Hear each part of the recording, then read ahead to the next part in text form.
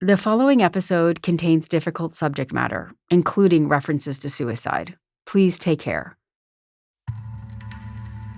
You can tell when somebody is obfuscating, and you can feel it in your gut. And I can feel it in my gut with him that there is something that is deeply, deeply wrong. I'm Kathleen Goldhar. This is Crime Story.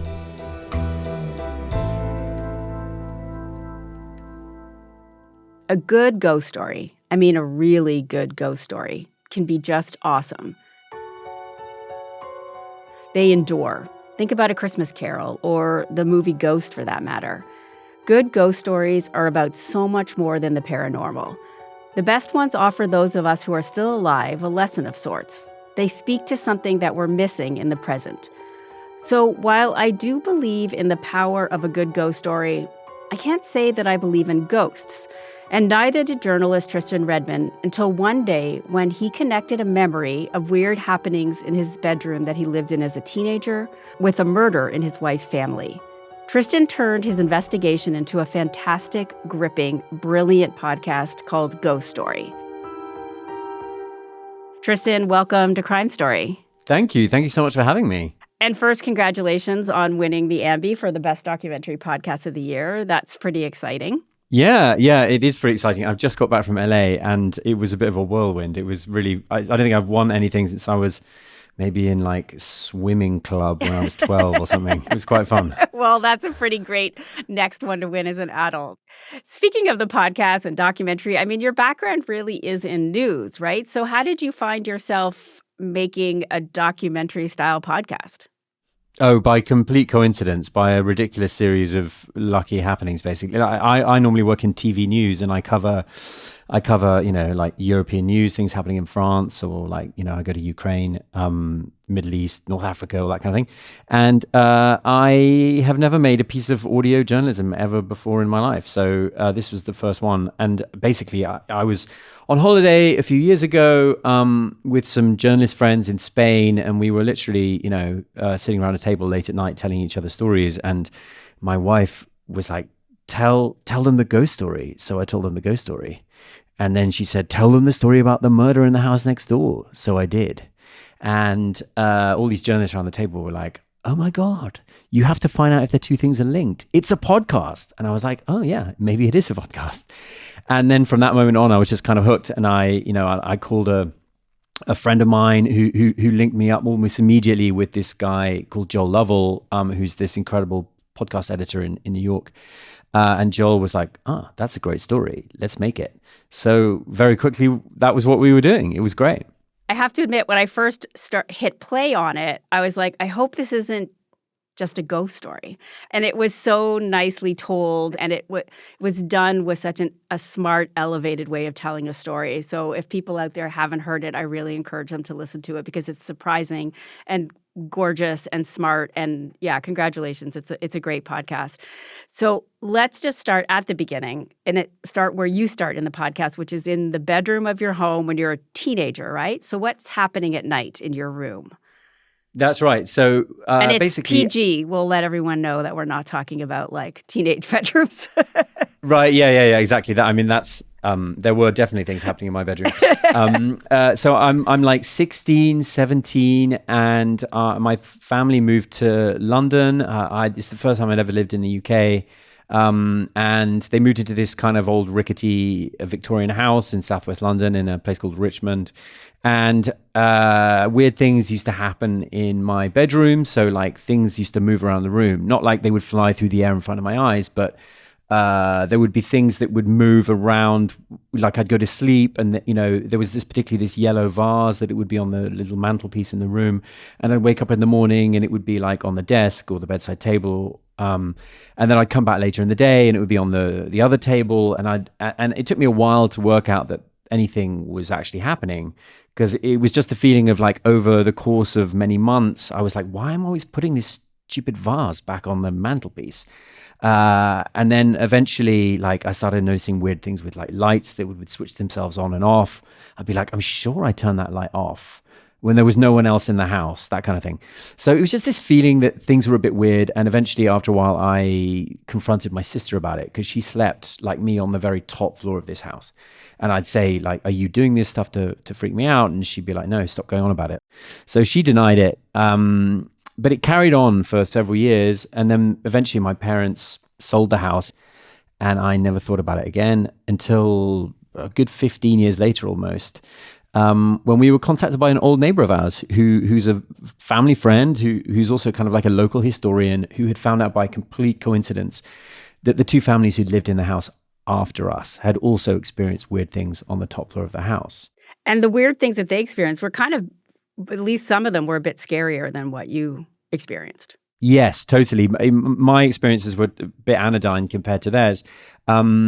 Basically, the most recent occupant of the room was a young woman who'd slept in there for about 10 years, and she had been telling her mother that she saw a faceless woman who would appear to her in the room at night. Now, I never saw anything like that. For me, it was just these weird things that I couldn't quite put my finger on. And I should emphasize here that I don't believe in ghosts. I'm like you, right? I'm also not, generally speaking, interested in ghost stories at all, because for me, like, a ghost story is something that has the beginning, but doesn't often have a middle or an end. Like, it's just a strange, uncanny thing that appears and is that, but it doesn't lead anywhere. Yeah. But when I found out about the other people in my room, it was hard not to think, oh my God, have we actually discovered some sort of proof of the afterlife? But yeah, this young woman had definitely experienced something a bit more frightening. But we then made the link, of course, with what had happened in the house next door, because by complete coincidence, my wife's great-grandmother was murdered in the house next door in 1937. And she was murdered by being shot in the face. So the presence of a faceless woman in the bedroom that I slept in was really quite disturbing and arresting. How did you learn that you had this uncomfortable connection to your wife's family? So I guess the first thing I should say is that although my wife's family had lived in this neighborhood in the 1930s, they no longer had any attachment to it by the time I met Kate at university. And she came to stay at my house, and randomly her grandfather came over for lunch because he just happened to be passing through town, and she was very close to her grandfather. And he came to the house, he walked through the front door, and the first thing he said when he came through the front door was, my mother was murdered in the house next door. And poor guy, I don't think he really knew where he was going for lunch. Like, he'd just been invited around to lunch, and he was meeting his lovely granddaughter's random boyfriend. And I think he must have been pretty shocked when he turned up at that address. Did Kate, who became your wife, she wasn't then, know? I mean, I know she knew that her great-grandmother obviously had been killed, but did she know that it was in the house next door? Or was she finding that out for the first time too? She was finding that out for the first time too. Wow. She had no idea. And like, she wasn't even that familiar with the murder story. It was a thing that people knew about in the periphery of their imagination and minds in the family, but it wasn't something that was talked about that really anyone knew. And, the details of the story were a bit hazy. So yeah, it was the first time she knew about it. And let's just stop and talk about your wife's family, because, I mean, they were quite the accomplished family. Yeah, so the Dancies are a pretty intimidating bunch when you start going out with one of their daughters. So my wife she's a diplomat at the United Nations, has been a British diplomat. She's a very impressive woman. I probably would say that, but she really is. And her father is a philosopher, a moral philosopher called Jonathan Dancy, who, if you are in the rather small world of moral philosophy, is a very big deal. And he even has his own school of philosophy. It's called moral particularism. And my wife's brother is a Hollywood actor called Hugh Dancy, who's been in a bunch of stuff. He's currently in Law and Order in the United States, but he's also, he was in Black Hawk Down and various other films. And all, I've been kind of part of the family for 20 years or so, but it did take me definitely a few good years before I felt not intimidated by these people, because they are a very impressive bunch. And then Naomi and her husband, who went by the name of Father. Tell me about the two of them. Sure, yeah. So the murdered great-grandmother was called Dr. Naomi Dancy, and she was a kind of pioneering female doctor in the interwar years. And her husband was this guy who's known in the family as Father. His name was Dr. John Dancy. And he is kind of the founding father of the Dancys as they are today. He was a kind of international man of mystery, a musician, a magician, a spy, a bit of an all-round kind of hero to many people in the family. And he was a guy, above all, who had the gift of the gab. So they were a pretty extraordinary couple. But the interesting thing is that Dr. Naomi Dancy, who was murdered, is not really very well known in the family, and Father very, very much is. So yeah, he's still a larger than life character in the family memory. And we'll get to that, because I think one of the more profound things your podcast does is it does bring Naomi to life. It does tell us more about who she is and gives her a little bit more of a place in the family history than she had before, which is important. But what happened? Who killed Naomi? What do we know about the murder?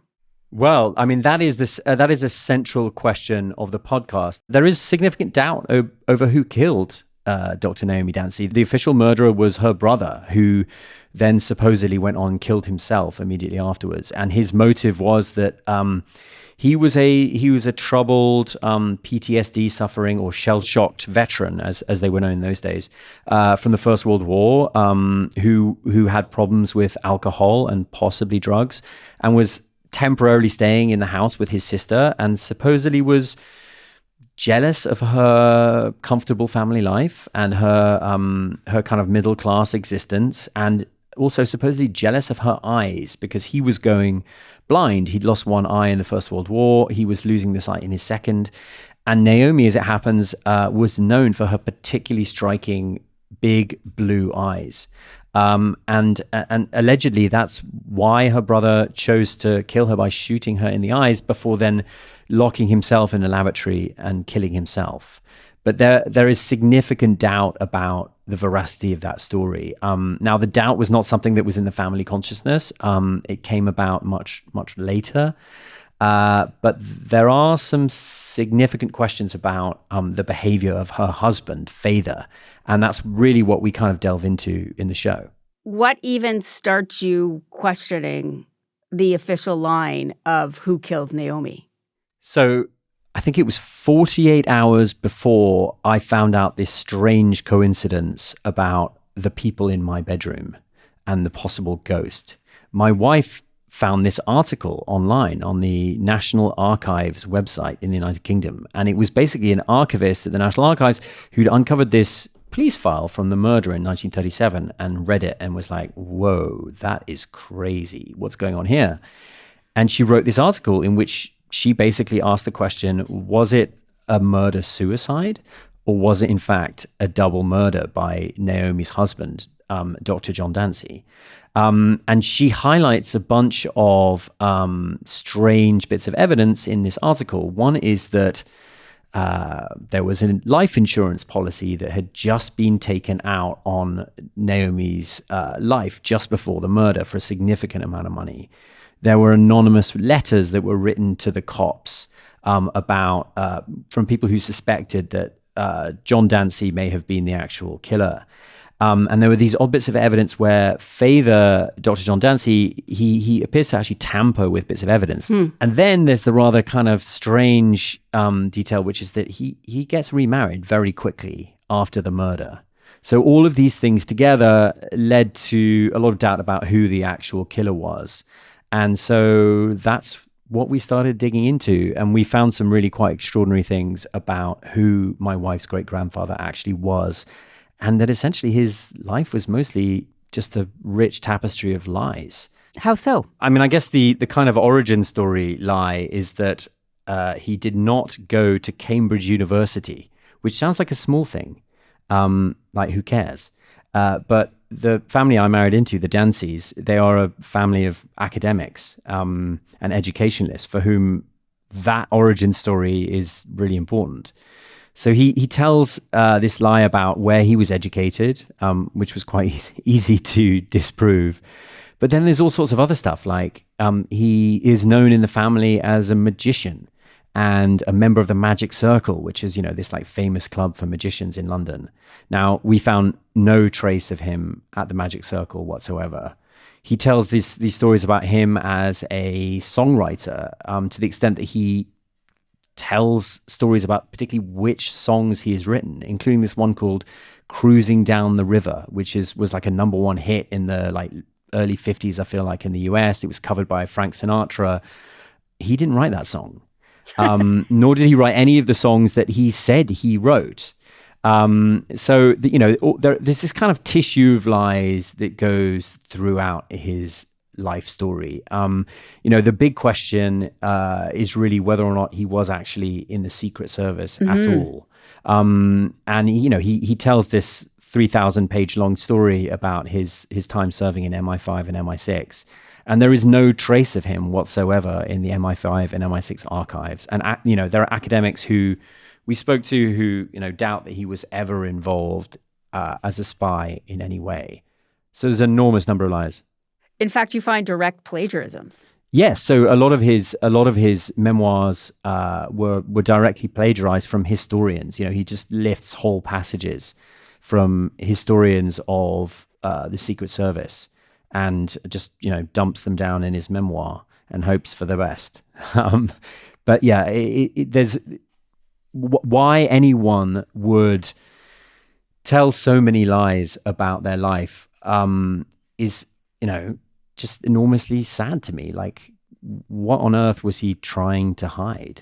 So then it becomes a question of like, what was compelling these untruths? Was this the sign of a person who maybe murdered his wife and his brother-in-law, and his whole life has been a kind of cover-up of that crime?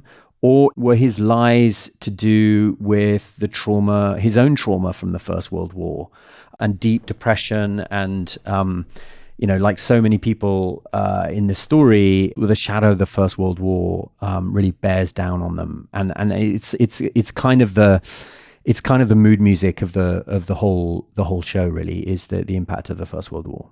Yeah, that's very clear and present in it. And it's interesting that I think that detectives at the time of the murder and all that weren't as aware of, what going to war and what can happen to human beings with PTSD and all that. And one of the things that you do, because the crime scene itself is complicated by the fact that Morris, the brother, is found dead, supposedly by his own hand, slicing his throat, which is a very violent and difficult way to die, behind a locked door.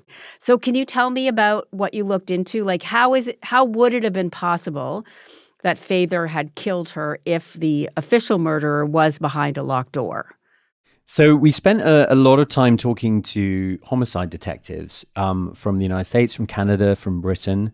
And one of the most tricky bits of evidence, as you say, is this idea that if Morris Tribe, the brother-in-law, had been murdered, then it was very complex for Father, the would-be murderer, to then get out of the locked room. The only way he could have done it would have been climbing back out the window, down a drain pipe, coming back through the house, and then waking up the housekeeper who was upstairs in the house, because she witnesses him breaking down the door. And that really would have been the only way he could have done it, which is an enormously elaborate setup and required a lot of everything to go right and absolutely nothing to go wrong. And that's, something which is really a strong part of the case for the defense for Father, is that, could you really imagine such a scenario and then enact it without anything going wrong? So yeah, that's the kind of the locked door element of the story, which is made even more interesting by the fact that, in the 1930s is a time known as the golden age of detective fiction, when like Agatha Christie and Dorothy Sayers and G.K. Chesterton are huge household names in Britain, and people are really, really into the detective stories, including, as it turns out, my wife's great-grandfather. So he was obsessed with detective fiction, especially Dorothy Sayers, who's a famous detective writer. And he actually calls her about 2 weeks after the murder. He cold calls her at home and basically says, "Hi, I'm Dr. John Dancy. You may have heard of the murder that happened in my house. Would you like to come round and see the scene of the crime?" And Dorothy Sayers is so disturbed by this phone call that she writes a transcript of their conversation and sends it immediately afterwards to Scotland Yard and says, "I just thought you ought to know that this guy, Dr. John Dancy, phoned me and this is the conversation we had. Do you think this is a bit strange?"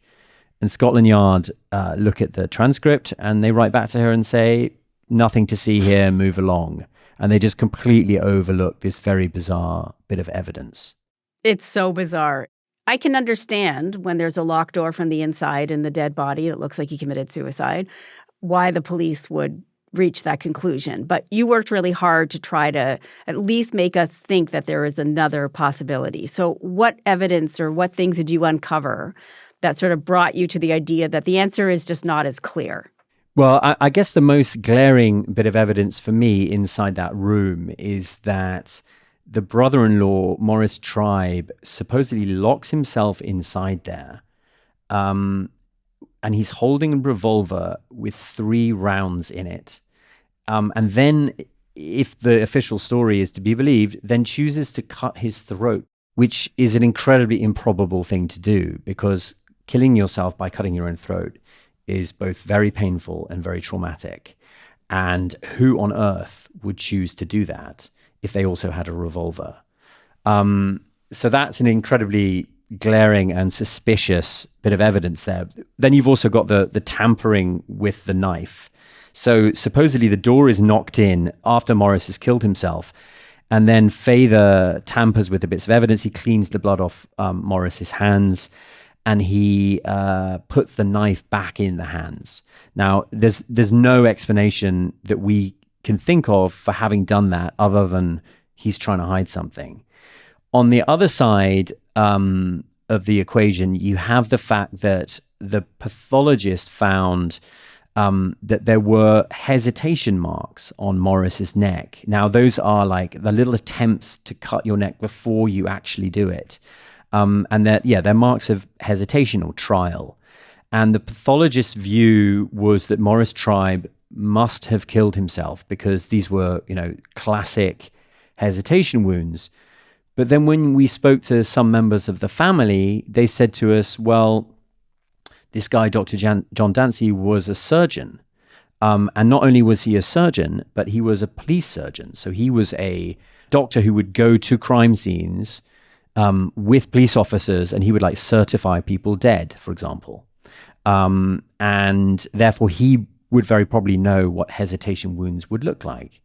And in the words of one of my wife's relatives, if he had wanted to fake hesitation wounds, he would have known how to have done so. So it's an incredibly complex but fascinating case. And we got the impression as we were investigating it that we had really stumbled across one of the kind of great 20th century crime mysteries. Yeah. And we had no idea that it was going to be that way when we started out on this journey. But the kind of further and further we went, it really seemed like, this was kind of an Agatha Christie or Dorothy Sayers-esque murder that felt like it had been set up, It's just so incredibly complex and indecipherable. It was fascinating.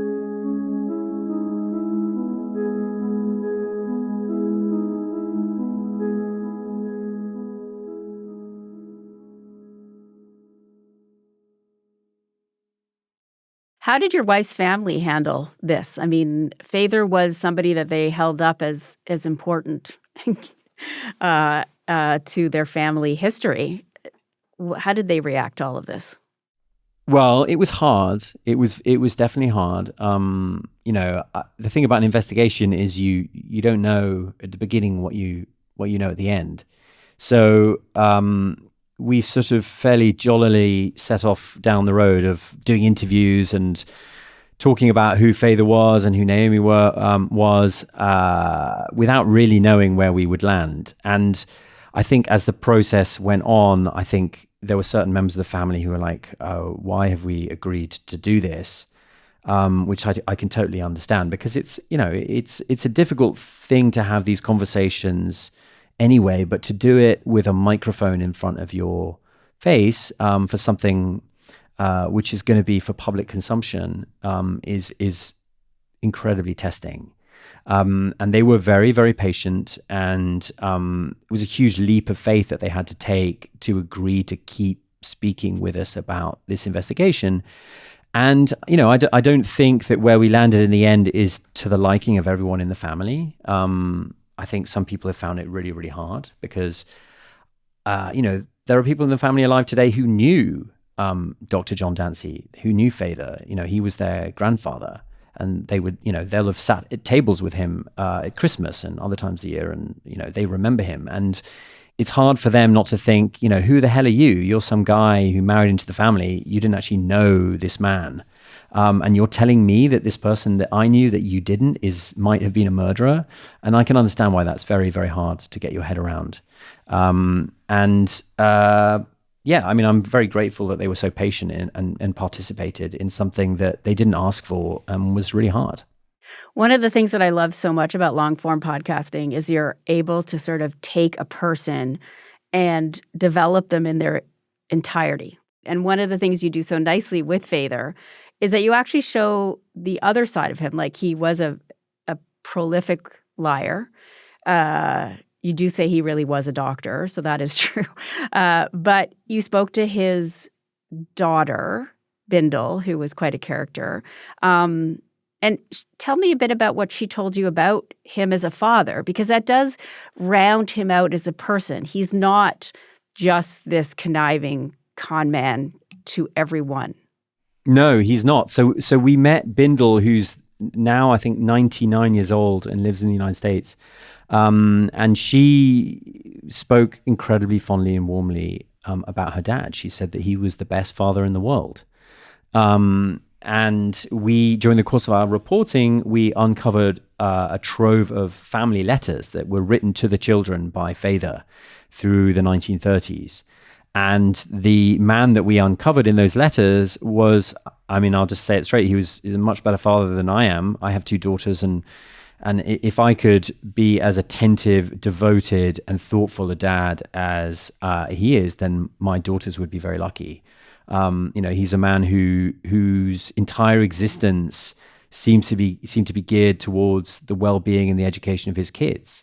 We didn't uncover any evidence of a coercive relationship with his wife, for example, or an abusive relationship with his wife.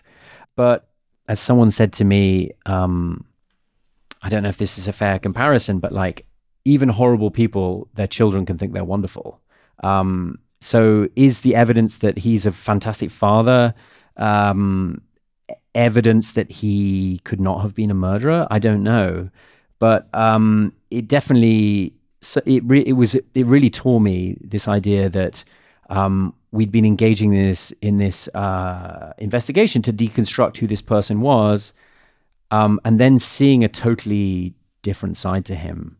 It really knocked me for six, I would say. I'm sure you've been asked this, but what do you think? Do you think it was Father, or do you think it was Morris?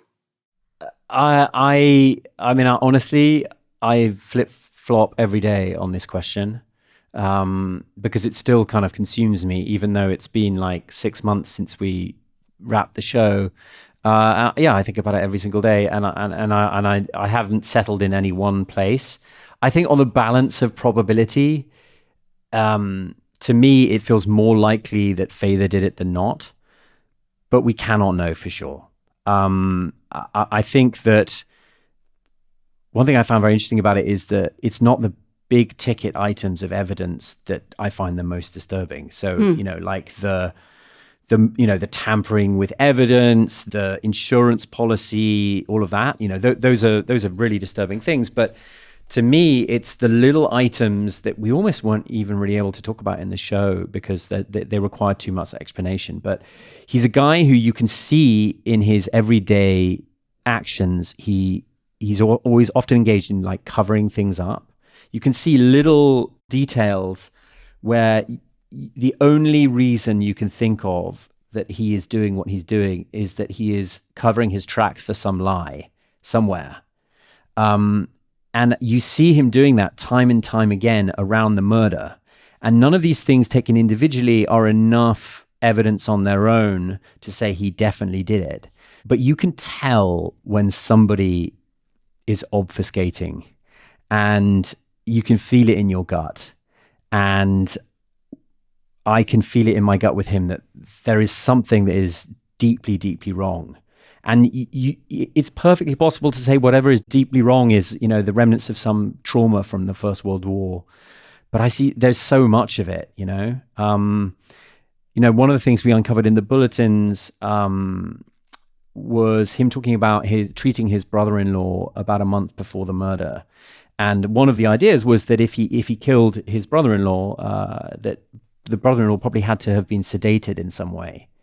Because he would have struggled otherwise, and there was no sign of a struggle.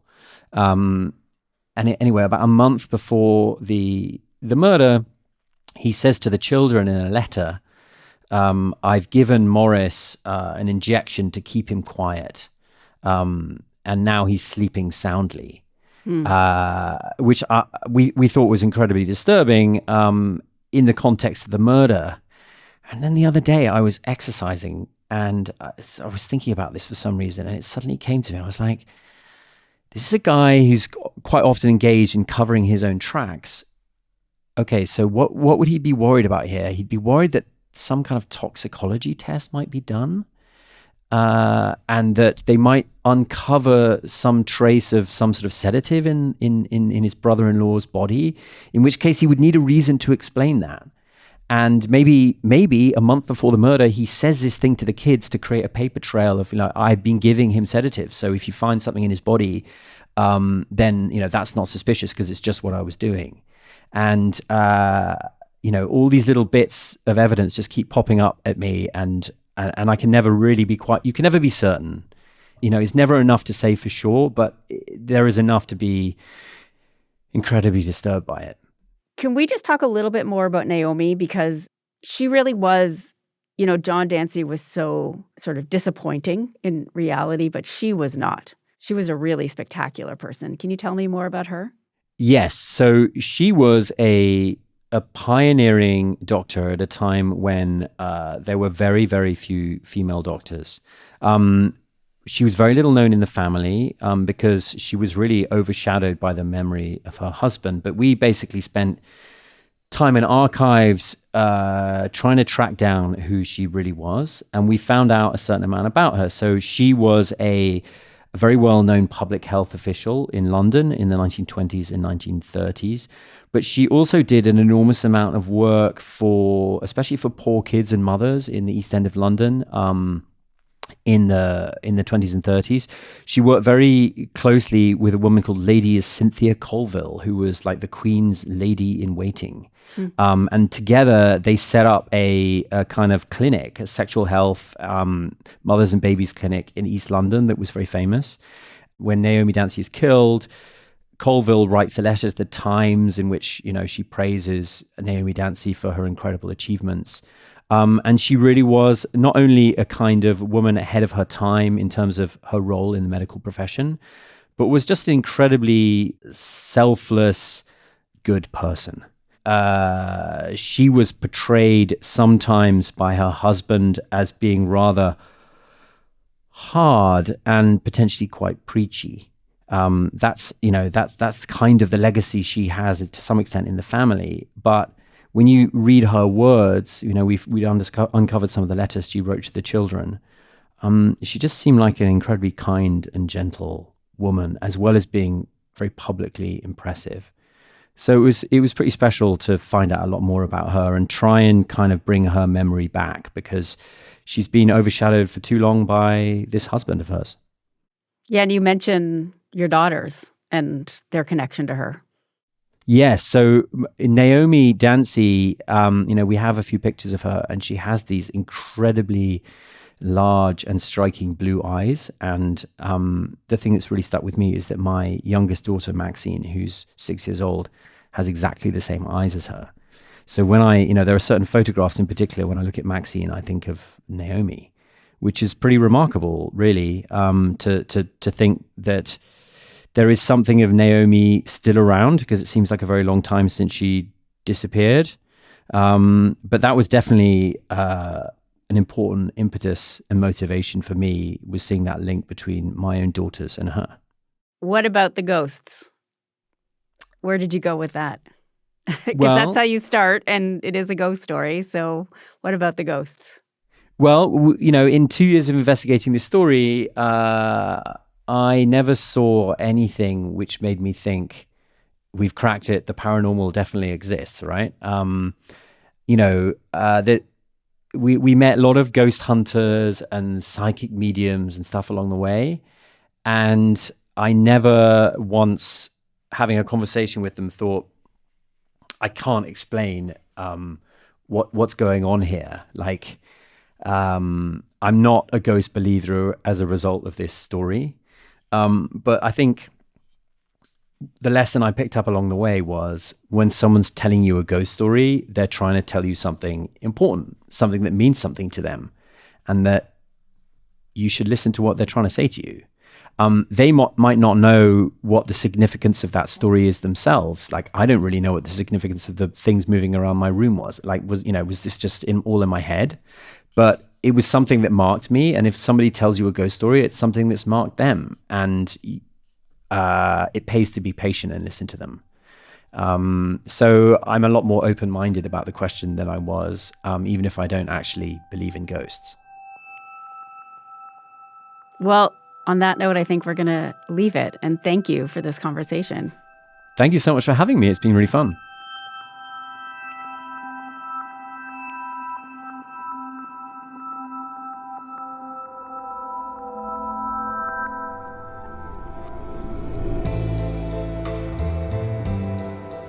You've been listening to Crime Story from CBC Podcasts. We drop a new episode every Monday. You can get our next episode a week early on CBC Podcast's YouTube channel, or by subscribing to the CBC Podcast True Crime channel on Apple Podcasts. In addition to early access, subscribers to our True Crime channel also listen ad-free. Crime Story is written and hosted by me. Our producers are Alexis Green and Sarah Clayton. Sound design by Graham McDonald. Our senior producer is Jeff Turner. Our video producer is Evan Agard. Our YouTube producer is John Lee. Executive producers are Cecil Fernandez and Chris Oak. Tanya Springer is CBC Podcast Senior Manager, and Arif Noorani is the Director of CBC Podcasts.